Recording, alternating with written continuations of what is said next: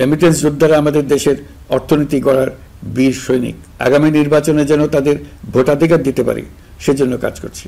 অন্তর্বর্তী সরকার দায়িত্ব নেবার পর থেকে রেমিটেন্স ধারাবাহিকভাবে বেড়েছে। ফেব্রুয়ারি মাসে রেমিটেন্স প্রবাহ রেকর্ড গড়েছে, প্রায় 25% বৃদ্ধি পেয়ে $2.5 বিলিয়ন পৌঁছেছে।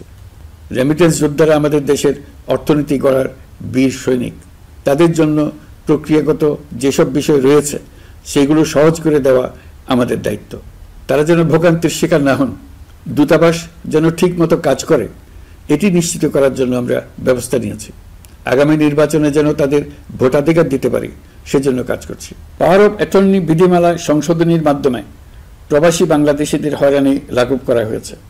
সংশোধিত বিধিমালার আলোকে বাংলাদেশি পাসপোর্ট না থাকলেও বাংলাদেশি বংশোদ্ভূত ব্যক্তির পাসপোর্টে নো ভিসা রিকোয়ার্ড স্টিকার থাকলে কিংবা জন্ম সনদ বা জাতীয় পরিচয়পত্র থাকলেই তিনি বিদেশ থেকে পাওয়ার অফ অ্যাটর্নি সম্পাদন করতে পারবেন। সরকারি সিদ্ধান্ত ও প্রয়োজনীয় ব্যবস্থা নেওয়ার পর বিমানের টিকিট কেনার পুরো প্রক্রিয়াটি অনলাইনে নিয়ে যাওয়ার ফলে বিমানের টিকিটের দাম শতকরা 50 থেকে 75% কমে গেছে। বিশেষ করে মধ্যপ্রাচ্যের প্রবাসী ভাই বোনেরা এতে করে স্বস্তি পাচ্ছেন। অন্যান্য এয়ারলাইনের টিকিটের দামও কমে গেছে।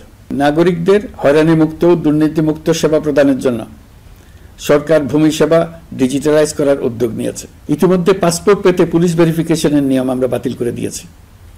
এর ফলে বর্তমানে নাগরিকরা আগের চাইতে সহজভাবে পাসপোর্ট সেবা পাচ্ছেন। পুলিশ রিপোর্ট প্রাপ্তির নিয়ম বাতিল করার পর এই পর্যন্ত 70,000 নতুন পাসপোর্ট, যা বহুকাল ধরে পুলিশ রিপোর্ট আসার অপেক্ষায় আটকে ছিল, তা দ্রুত আবেদনকারীদের হাতে পৌঁছে দেওয়া হয়েছে। পাসপোর্ট প্রাপ্তি সহজ করার জন্য আমরা পুরনো পদ্ধতি বাতিল করে ইলেকট্রনিক পাসপোর্ট প্রচলন শুরু করেছি। এর ফলে দ্রুত পাসপোর্ট দেওয়া সম্ভব হচ্ছে। দেশের অভ্যন্তরে ই পাসপোর্ট হোম ডেলিভারি দেওয়া সম্ভব হচ্ছে। আগামীতে সকলেই ঘরে বসে পাসপোর্ট পাবেন, এটা নিশ্চিত করার চেষ্টা করছে। পাসপোর্ট দেওয়ার দায়িত্বে নিয়োজিত কর্মকর্তারা অত্যন্ত উৎসাহ সহকারে দ্রুত এসব পরিবর্তন আনার ব্যাপারে এগিয়ে আসছেন দেখে মনটা আনন্দে ভরে যায়।